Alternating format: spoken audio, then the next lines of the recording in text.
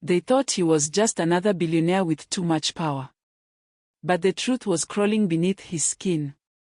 Lagos never sleeps. On Victoria Island, the neon lights painted the sky purple and gold.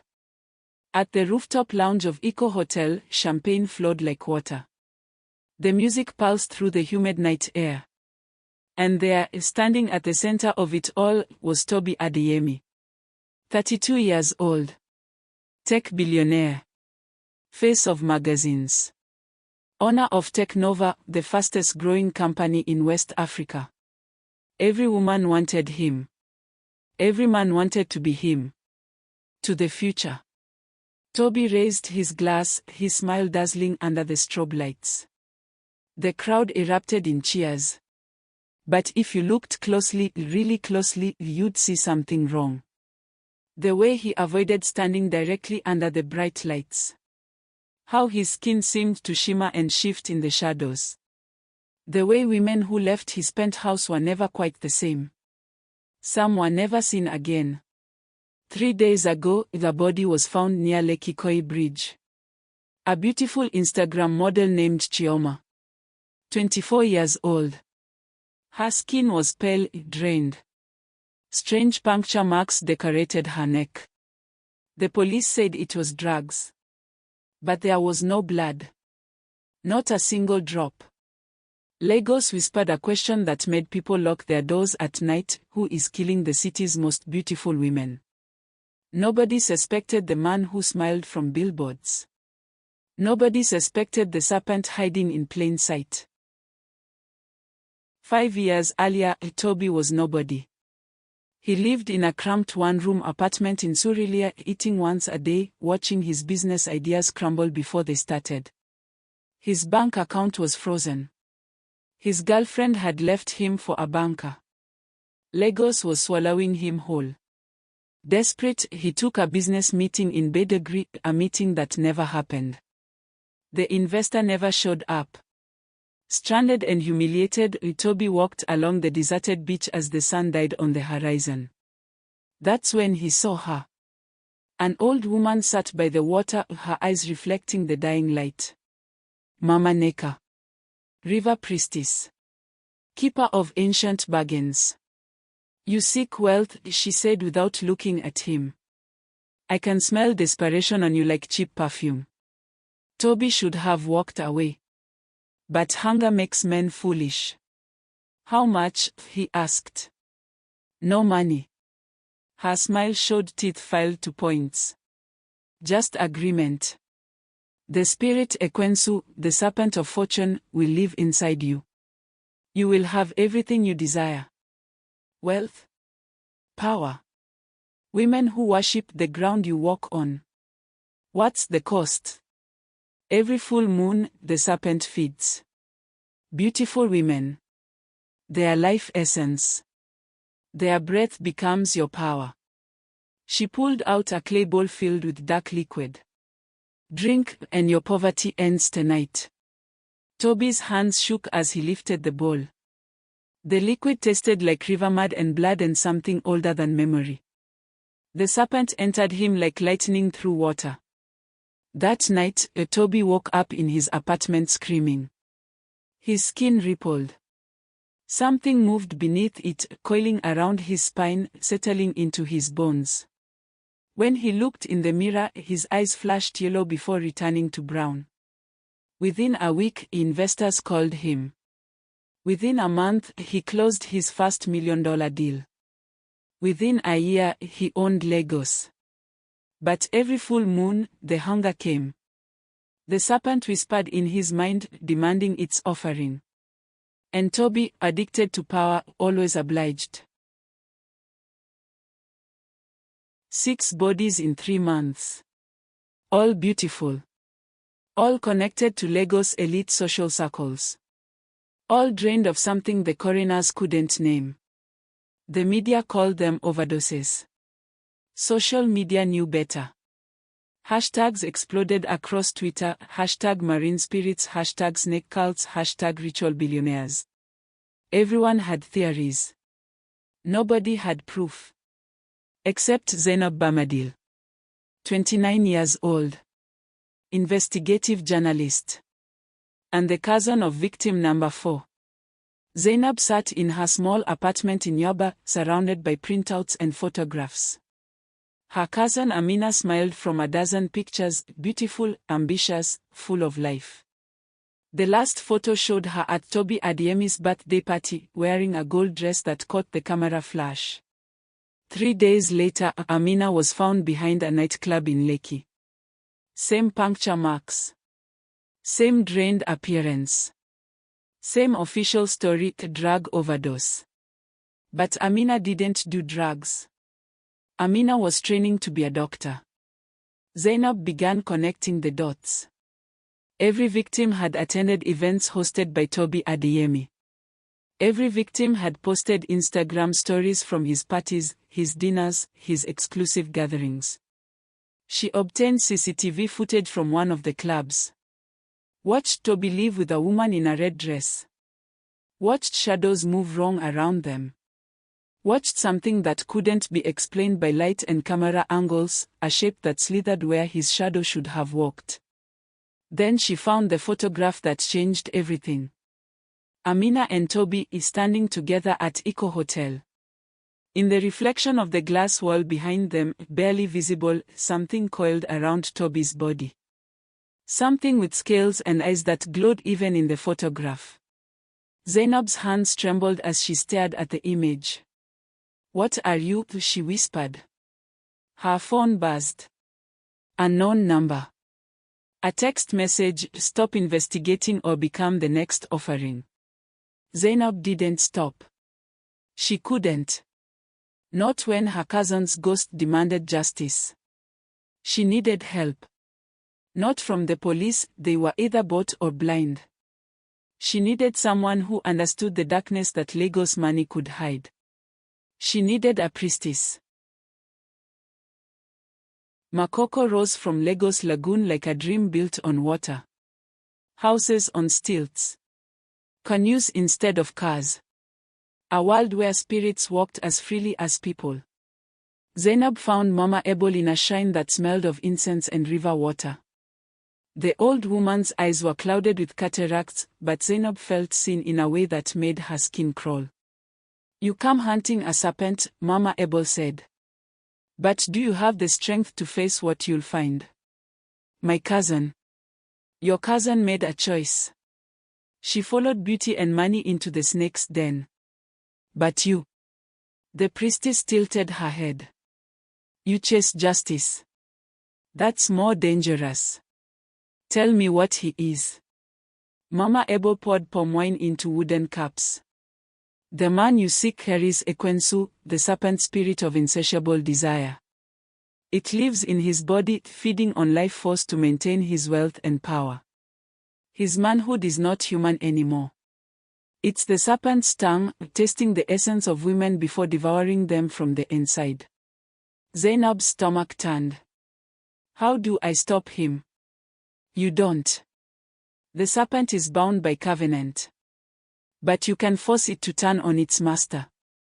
She reached into a leather pouch and pulled out a whistle carved from bone. "Sacred poem. Blessed by river guardians. When the serpent rises, blow this. It will freeze the spirit, confuse it. In that moment, it will see its host not as master but as prey.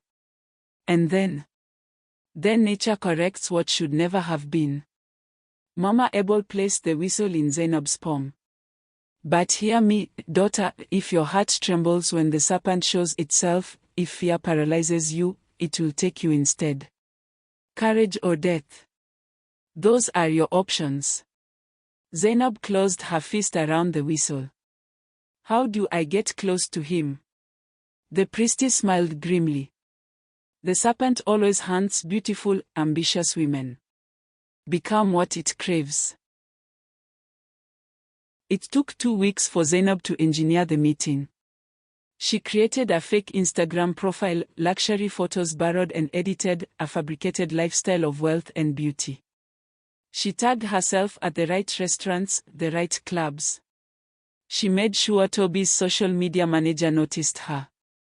The invitation came on a Wednesday, private dinner. Banana Island. 8 p.m. Where something memorable. Zainab stood outside Toby's mansion as the sun set over Lagos. The house was a monument to excess, glass and marble and imported Italian tile. Security guards checked her name against a list. Cameras tracked her every movement. Inside, a soft jazz played. The air was cold, too cold for Lagos. 5 other women were there, all stunning, all dressed to kill. They laughed and sipped champagne, unaware they were lambs walking into the slaughterhouse. Then Toby descended the spiral staircase. He moved like water, every step calculated.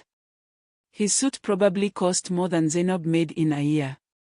When he smiled at her, she felt the pull, the charisma that made women ignore red flags. "You must be Zainab." His voice was honey and smoke. "I've been following your posts. You have exquisite taste." "Thank you." She forced herself to smile back. The whistle pressed against her skin, hidden in her clutch bag. Dinner was served in a room with floor-to-ceiling windows overlooking the lagoon. Toby sat at the head of the table, playing the perfect host. But Zainab noticed things. He didn't eat. Just moved food around his plate. His eyes caught the candlelight wrong, flashing yellow for microseconds. And every so often, his hand would go to his chest, as if soothing something restless beneath his skin. As the night deepened, the other women began to leave, picked off one by one under various pretenses. "Let me show you the art collection. The view from the balcony is spectacular." Each woman who left looked dazed, walking like she was underwater. Soon, only Zainab remained. "You're different from the others," Toby said, pouring her more wine. "You're not here for Instagram photos or money. Why did you really come?" Zainab met his eyes. "I wanted to meet the man everyone's talking about." "And what do they say about me?" "That you're dangerous." Toby laughed, but the sound had an edge. "Dangerous? No. I'm simply a man who takes what the world offers." The lights flickered. Once. Twice. Then went out completely. In the darkness, Zainab heard it. A hissing sound, rhythmic and wrong. Not from the air conditioning. From Toby himself. When the emergency lights clicked on, bathing everything in red, Toby's face was changing. His skin rippled. Scales shimmered beneath the surface like oil on water. His eyes were fully yellow now, with vertical slits for pupils. When he opened his mouth, his tongue was forked. "You smell like investigation," he whispered, his voice layered with something inhuman. "Like questions and priestess magic. Did you think you could trick me?" The thing beneath his skin pushed outward. His shirt tore as scales emerged, green and gold and iridescent. The serpent was surfacing, turning its host into something between man and monster. Zainab's hand dove into her clutch. Fingers closed around the whistle. "Your cousin tasted like ambition and perfume," Toby, or the thing inside him, said. "What will you taste like?" He lunged. Zainab blew the whistle. The sound that emerged was no normal whistle. It was ancient, primal, a frequency that existed before language. The air itself seemed to shatter. Toby froze mid-lunge, his body seizing. The serpent inside him thrashed, confused, its magic disrupted. For the first time in 5 years, it saw clearly. It saw the man who had let it in. The man who had fed it and used it and profited from their dark covenant. And the serpent, whose nature was hunger and betrayal, finally recognized prey. The scales turned inward. Toby screamed as his own curse devoured him from the inside. The serpent coiled around his organs, crushing, feeding. His body convulsed, collapsing to the marble floor. The mansion shook. Glass cracked. The temperature plummeted. Zainab ran. Behind her, Toby's screams reached a pitch that shouldn't come from a human throat, then stopped abruptly. Silence fell like a hammer. Morning light revealed the truth Lagos would never fully accept. Police found the mansion empty except for shattered glass and a trail of greenish slime leading to the lagoon. No body. No blood.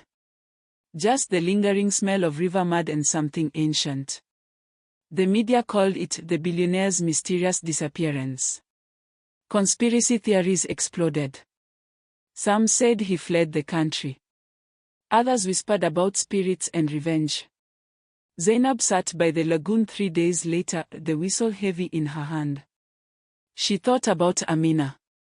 About the other women. About how easily beauty and ambition could be weaponized by things that were human faces.